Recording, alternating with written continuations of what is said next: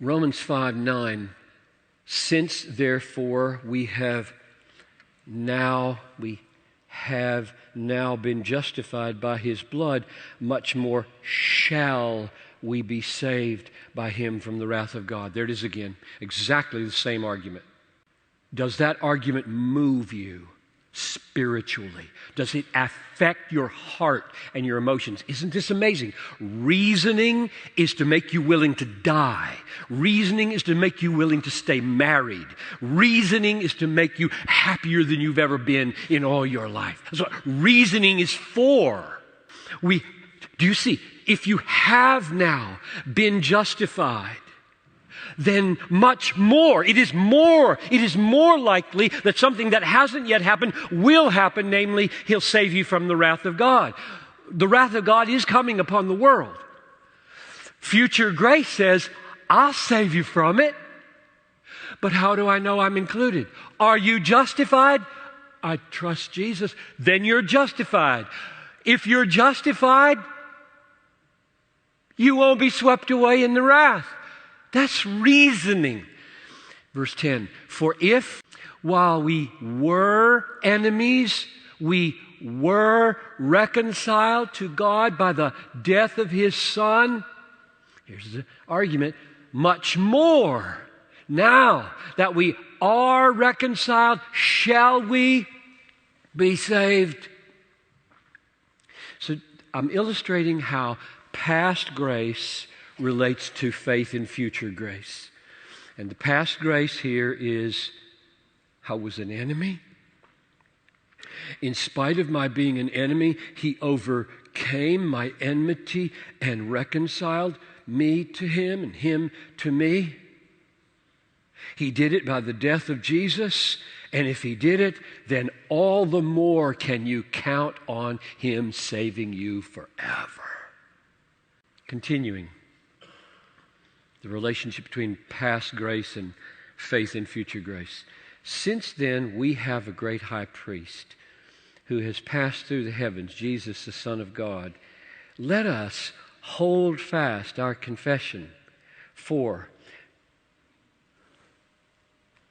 one of the most important words in the Bible, for we do not have a high priest who is unable to sympathize with our weaknesses tomorrow, this afternoon, but one who in every respect has been tempted as we are, yet without sin.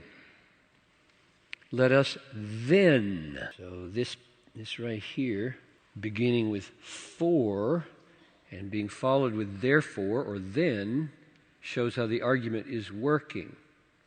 In the middle here, this is the ground, can't fit it in there, is the ground.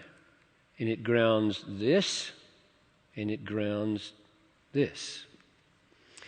Let us then with confidence draw near.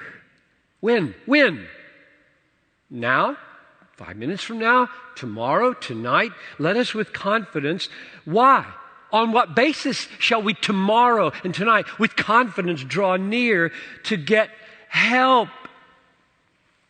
Help in time of need. That's all I am. I'm just one desperate help. Morning, help, Lord. Noon, help, Lord. Evening, help, Lord.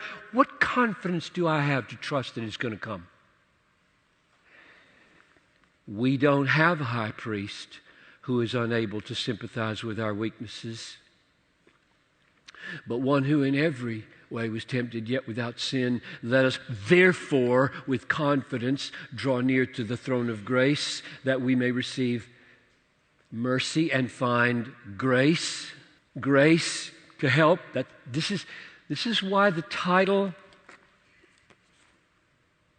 is future grace. That's it. I mean, that might be one of the simplest verses to see it.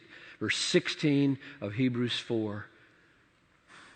Live by faith in future grace means pray hour by hour for the mercy and the grace to help in time of need and do it on the basis of the fact that you have a high priest interceding for you in heaven who has passed through the curtains of his own flesh into the Holy of Holies, and there is pleading your cause, not on the basis of your good works or your merit, but on the basis of his perfections, and they cannot fail.